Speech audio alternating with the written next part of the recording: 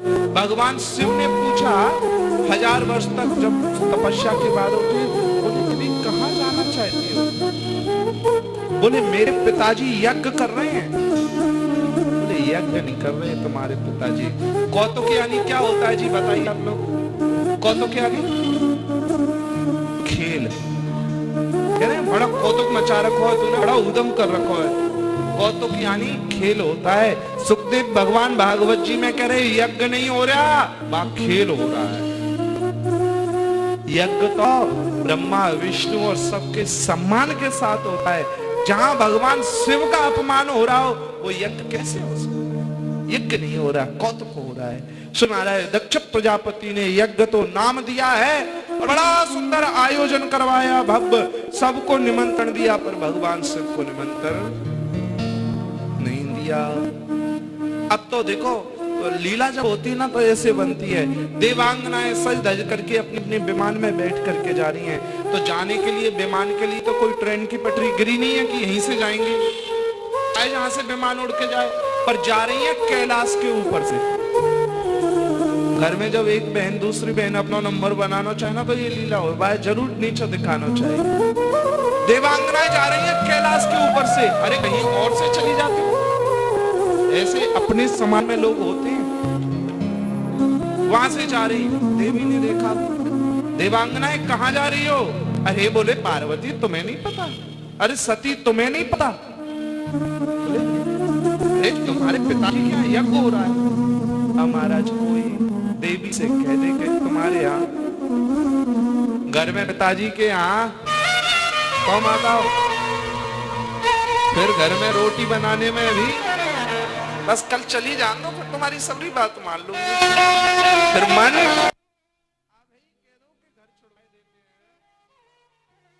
सुई देवी जी के मन में लग गई, परंतु भगवान तो समाधि में लगे थे। समय से भगवान की समाधि जैसी खोली, सुई भगवान के मुख से राम राम राम राम राम शब्द निकला। भगवती समझ गई कि भगवान जाग गए हैं। जाकर के देवादिदेव महादेव को प्रणाम किया। बोले देवी बड़ी लंबी दंडवत है रही है। जब माताओं को ननिहाल जाना हो, अपने मायके जाना हो, फिर देखो पराठे को स्वाद आ गया है कि नहीं। हाँ? अरे एक पराठा तो आज खाई लो जी। देवी ने प्रणाम किया। भगवान बोले देवी क्या हुआ? बोले प्रभु पिताजी के सुंदर यज्ञ हो रहा है, चलेंगे।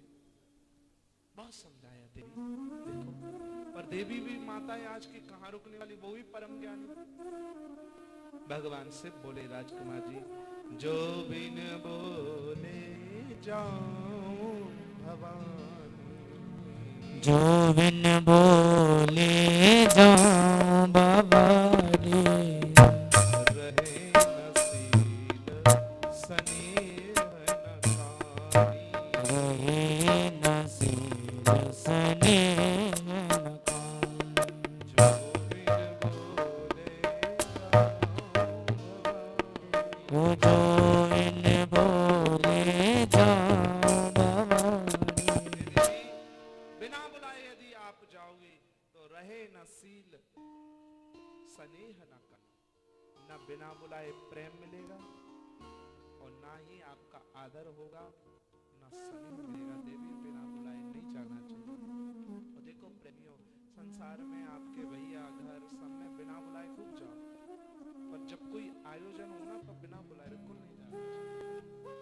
और देवी कहाँ मानने वाली, देवी जी कह पड़ी यद्यपि प्रभु पितृ गुरु के हार, जाए बिन बोले नहीं संदेहा।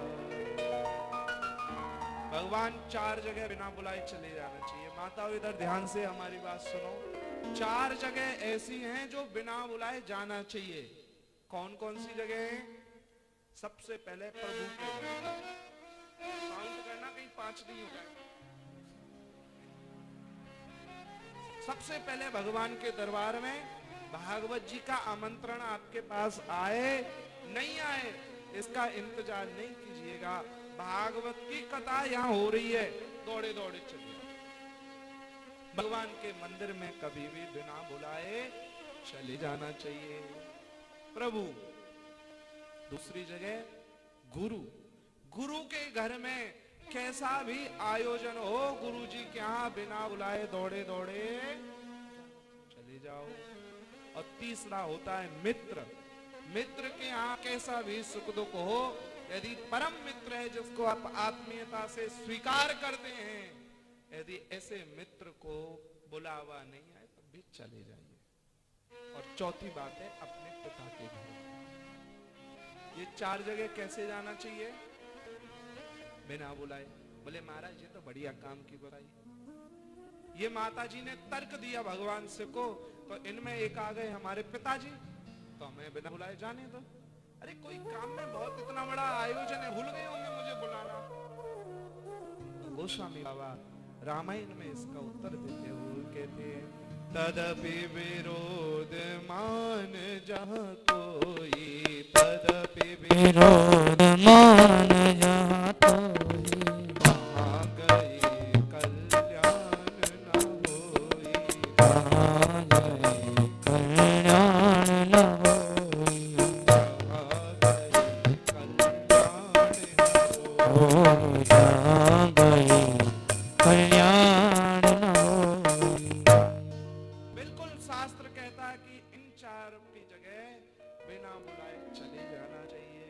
लेकिन यहाँ यदि कोई तुमसे विरोध रखता है, मंदिर में आपकी कॉलोनी में सबको निमंत्रण आया, सिर्फ आपके यहाँ कार्ड नहीं आया, तो समाज आपको बुलाना नहीं चाहता, तो फिर मंदिर में भी प्रणाम कर लेना चाहिए। मित्र के यहाँ आपकी सबरी सहेलियां हैं ढेर सारी, सबको सहेली ने बुलाया पर तुम्हें नहीं बुलाया है, तो कोई ना कोई वो तुमसे बदला लेना चाहिए।